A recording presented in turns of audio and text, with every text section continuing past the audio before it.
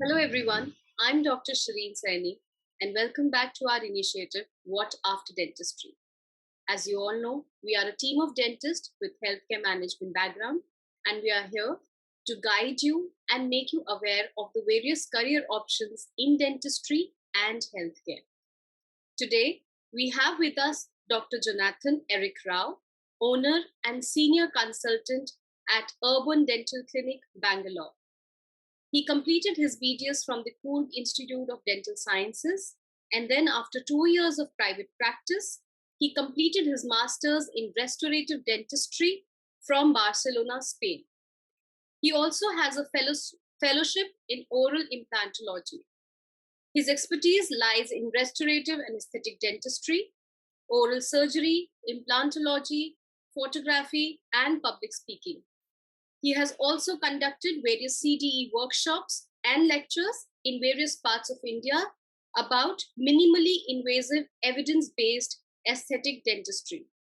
We welcome you, Dr. Jonathan, to join us on our platform today, and we are really excited to discuss about dentistry during COVID times.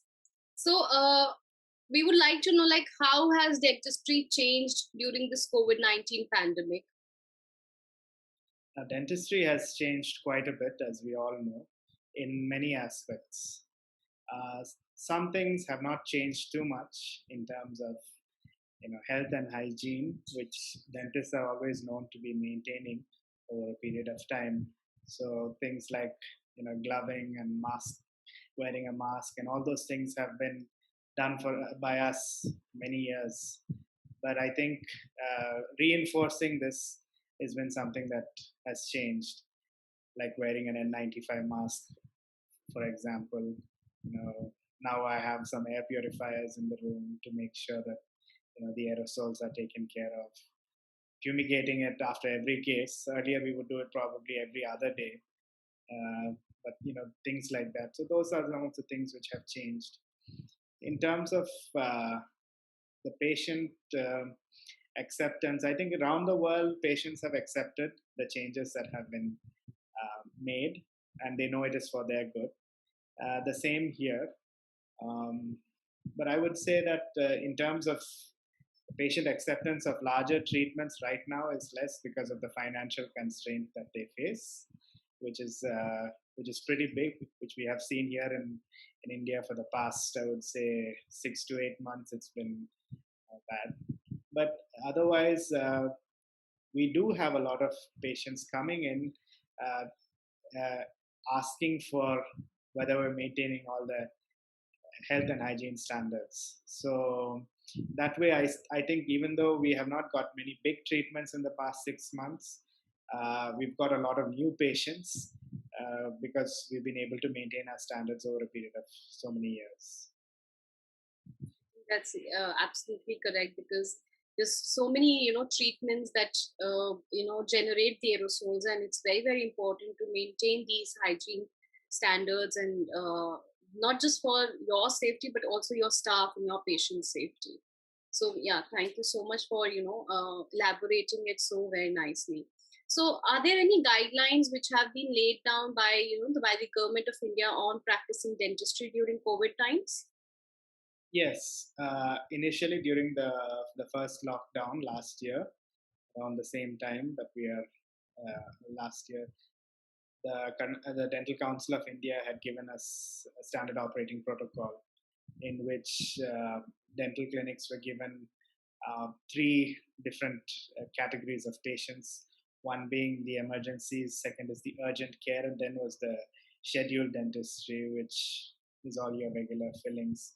So under emergency care was space infections and swellings and trauma, avulsions, etc. And under the urgent care was mainly pulpitis and things like that, which were considered urgent care. And so initially we followed that, but I would say that we were much safer during the first lockdown than now. And now we're doing the same. In fact, today I worked in the morning from 7 to 10, and then I haven't worked. I'm not working the rest of the day because patients are not able to come in. both ways. Yes. Yeah. So yes, absolutely. This time the COVID, the virus is more virulent, and yes, we need to make sure that everyone is safe around, and only do the ones which are only perform those treatments which are actually needed by the patient. Yes. So, what all are the measures or the precautions, any aids, that dentists are recommended to follow while practicing, and what are the measures that you follow in your clinic? If you could See, the share, first, some of the pictures or anything that you have. sure, I'll do that. So the first thing that I always recommend to every dentist who is practicing dentistry in these difficult times is number one, to take care of themselves. So, and along with your hygienist, with your assistants, with your team, I start with a simple protocol of what I take in internally in terms of supplements like vitamin D, vitamin C. Um, I have a protocol of 5,000 units of vitamin D, 2,000 milligrams of vitamin C, 50 mg of zinc, which I make sure that I take every day. And I've been doing that for the past year and a half now, almost, ever since this hit.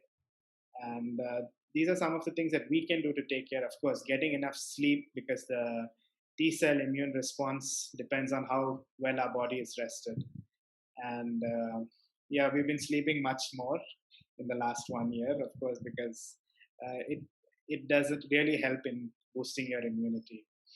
Um, the other things which comes in terms of the clinic, um, of course, maintaining a very um, hygienic environment right from the start, right from the time the patient enters in.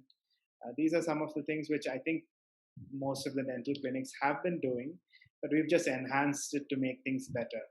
Now, in terms of like what I have implemented in the clinic, like I mentioned earlier, was also um, the regular fumigation. I use the earlier, a lot of people were doing a lot of fumigation with more harmful chemicals. Today, we use a very safe hydrogen peroxide along with silver colloidal combination, which we use for our fumigation, which is very, very safe.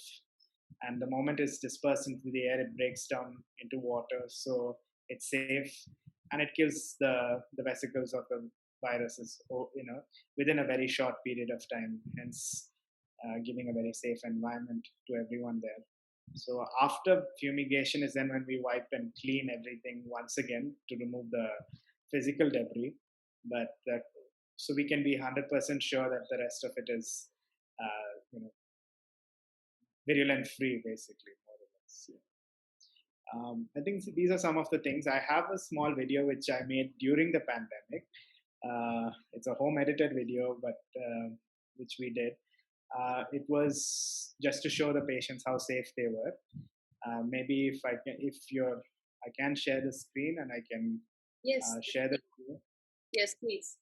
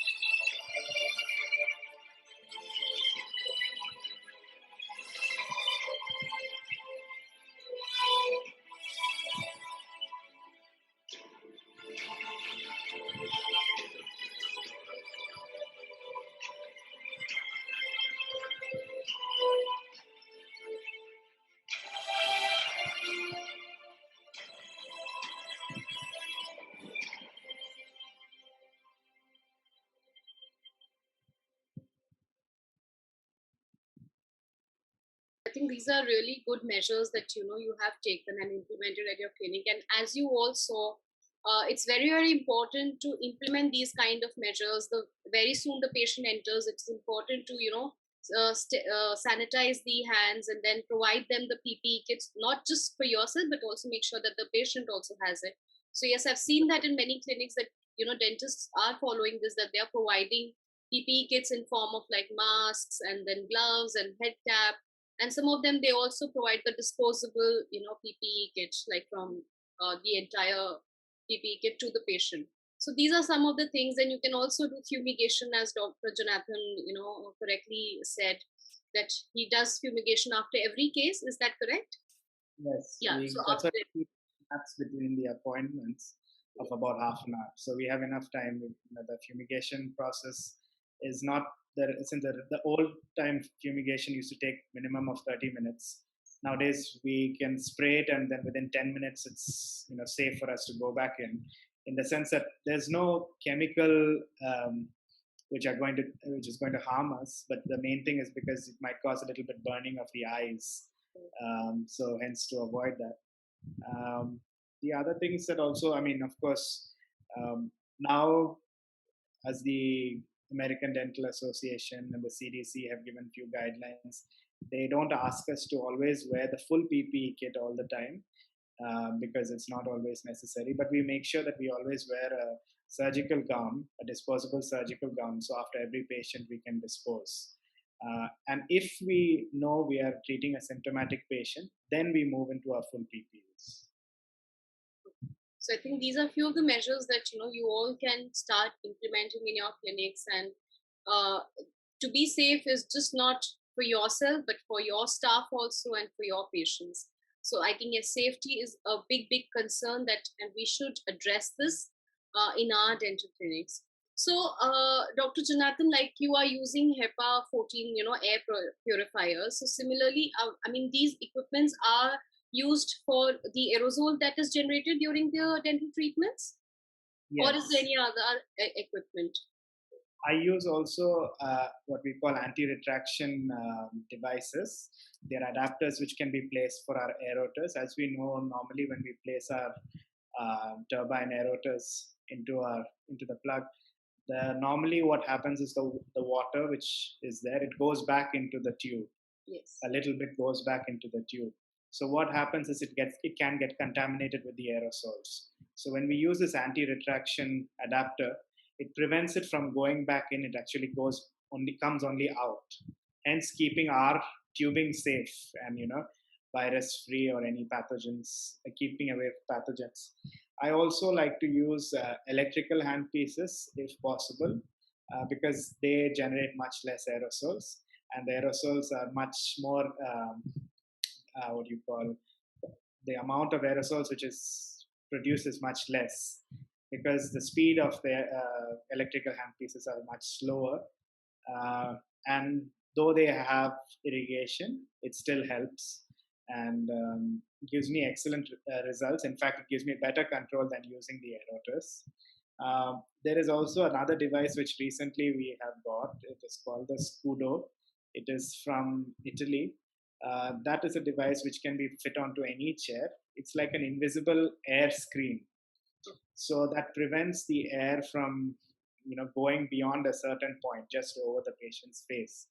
And it's like based on the same principle of the air curtain that you see at big malls and restaurants. The moment you go, there's an air curtain between inside and outside. It's based on the same principle. And it was developed during the COVID times, of course, in Italy. And we recently had bought it because we thought that it would be useful for our patients and for us. Because I don't particularly like using extraoral air suction, because what happens is that many times it blocks the view and it's not always very effective. So these are some of the things. And of course we have the air purifier which is running all the time whenever a procedure is going, and we can always see the difference in the quality of the air. The moment the aerosols are there, immediately the numbers rise up high, and the moment the procedure is over and give it another 5 minutes, and then we see the air being purified, live. So that way we are a little bit more confident. And of course, cleaning our air purifiers is very, very important. Depending the amount of aerosol work that is done in the clinic, we make sure that every week it's taken out, and then we put it out in the sun also to make sure that the filters are all nice and clean and sterilized also that way. I think that's really nice. And could you share if you have any images for the the device that you were talking about that you got from Italy? Are there any images for that? So right now I don't have a device, but I can share you the link at the end of Yes. the presentation. I can share you a link of the Scudo. There's one distributor right now only in India, and the device costs something like about 40,000 rupees or so. And if you buy more, there is something like that. So this has been used now in Italy for quite some time, and here also it has been there. So it's a good device to have. I won't always say it's always necessary, because we're not always doing big aerosol procedures, but whenever possible, in case you see. But even electric handpieces makes a huge difference. You don't. The moment we started using electric handpieces, we could see that the aerosol splatter was zero to almost nothing. And the only thing is that when we're doing scaling, that's when or other air prophylaxis or something like that, air abrasion, then we see that there is a lot of aerosols. Right. Okay. So I think that's great. And if you guys want to know more about this device, I will put down the link in the description. You can check it out for yourself. So, what are your thoughts on using a tele dentistry solution? Have you been using any tele dentistry solution as of now during this time? And is there any solution that you would like to recommend to our audience? The Practo has the regular, the telemedicine facility, but it's not always the best in terms of for dentistry. I use regular WhatsApp or something like that, but I am in the process of trying to develop an app myself for teledentistry. In talks with few people, and we have something like a I would say prototype which is being developed right now. The thing, as we know, the advantages of teledentistry is that we can many times eliminate the first appointment, where the patient need not always come in case it's not an emergency, especially in difficult times like these. They can eliminate that unnecessary travel coming in. And medicines can be prescribed if necessary on seeing that.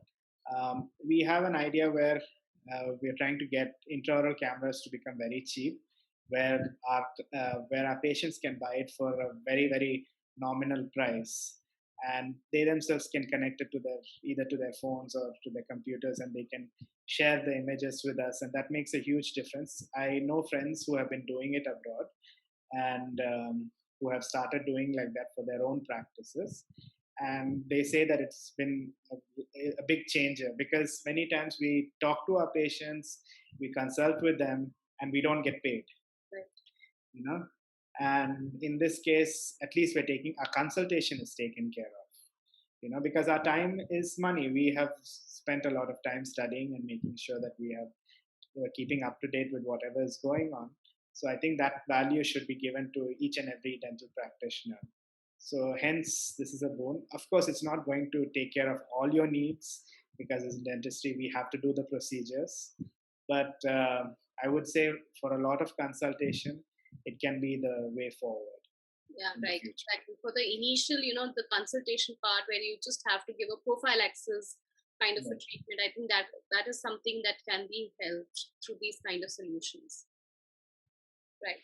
So then what do you think is the most, reliable source of information that a dentist should follow, or they can actually follow, like any kind of information related to the COVID? Is there on DCI website, like you said, the guidelines? So is there a document, that one can go through? See, DCI has been giving updates over a period of time, standard operating protocols. They have been given, but they haven't done anything in this second wave. They haven't said anything as of yet. But I think the best place where everyone takes all their information from is the CDC website. So the Center of Disease Control website in the US. They are always the standard operating protocol. Their protocol is always supposed to be the best. And you look at them for guidelines. So the thing is, each of us know what we are doing, the kind of procedures we are doing, and accordingly we make changes in our practice to make sure that we are safe. So I think using that as a guideline and then customizing it to every one of our practices, that will make the thing. And of course, Dental Council of India will keep giving us updates, or the State Dental Council, wherever we are practicing in, they will do that. But I think that for now, the CDC is doing a good job in that. Right, exactly. I remember in the very first lockdown, CDC, they also started with video series on how, dentistry needs to be taken care of, what measures needs to be done. So yes, I've seen those videos and I think they're doing a very nice job. And as you said, GCI is also one of the sites that, the dentist should follow as per their, state, or as per their need of implementing the measures that are required. So, during this COVID time, have you seen any kind of, oral manifestations that have developed in patients who have been COVID positive and they have come for treatment for that particular, problem? There are a few things which I have seen, and there are a few things which I have studied about so far. And I think you can break it down into 5 major things. Number one is the gingival inflammation, which is very, very common in all patients who have had COVID, or who are, who are having COVID. The main reason is because the cytokines and the interleukins which are there, they are in high amount. And as the interleukin 6, I think, which is the main positive organism for causing this excess inflammation, and it might lead into what we call the cytokine storm.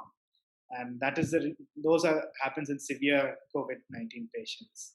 And so that is the oral manifestation is gingival inflammation, which is pretty severe. Of course, xerostomia is very common also, because the virus is affecting the amount of saliva that is being produced by the salivary glands. And I would also say one of the biggest ones, which all of us, I think, now know, is the lack of smell and the lack of taste. So the lack of taste is huge, and the reason why the lack of taste is also known as ageusia, it is because of the disruption of the cranial nerves 1, 7, 9, and 10. So the receptors are basically blocked, and hence we are not able to taste. And it takes roughly about almost 21 days for the taste to come back. My parents had COVID in January, and the first thing that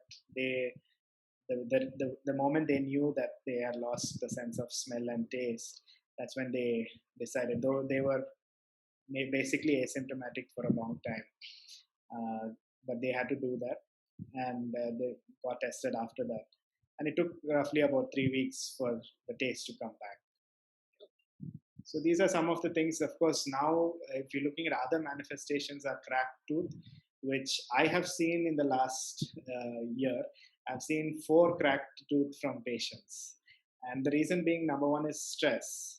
Okay, though it may not be caused by COVID itself, the whole situation, the pandemic situation, has caused high amounts of stress in people, and so bruxism is I've given more night guards in the last 1 year than I've given anything else, frankly speaking. And like I said, literally, I've seen vertical fractures of the molar, which I've never seen before. Like the kind of fractures are pretty traumatic. And also the reason is many people have been now many are working from home. So the change in the postures from the workstations, makeshift workstations, that also leads to bruxism and grinding. And of course, lack of sleep deprivation, stress, all these things together are some of the things which can cause that. Ulcers are also very common. As we know, stress is one of the causative factors. And it also is, some people have larger ulcerations. I have seen a couple of people with larger ulcerations. have come. They came in about a month after they were diagnosed, and they had some ulcerations. They wanted to know what it was. Um, some people had mistakenly give diagnosis as a geographical tongue and things like that. But these were all typical post-COVID symptoms which are there, and now more and more things are coming into light. Right now, they're all in case report stages. There's still no randomized control trial, but I guess data will be collected over the next 5 years, and then we will know better. Yeah, right, exactly. So I think all you dental students and new graduates, interns, you should focus on these kind of dental ailments and the oral manifestations that are being developed due to COVID, because this will help you to once you're out from the college, or you will be seeing these kind of patients more. So try and work around these dental treatments and read more about them. See what best you can do for your patients. So, lastly, Dr. Jonathan, what are your last thoughts in terms of the skills or the treatments that a new BDS or a MDS graduate should focus on once they're out from their college, keeping in mind the pandemic situation? Because we don't see this pandemic to go away even in next 1 year. So it's gonna take again, more than I think 2 to 3 years for this pandemic to just go. So, what are the things that you would recommend? See, people started using gloves only after the AIDS epidemic in the early 1980s. Dentists started using gloves only that time, and then the gloves and masks came in at that point of time. Today we are into N95 masks and PPEs and surgical gowns. So things are always progressing for our benefit.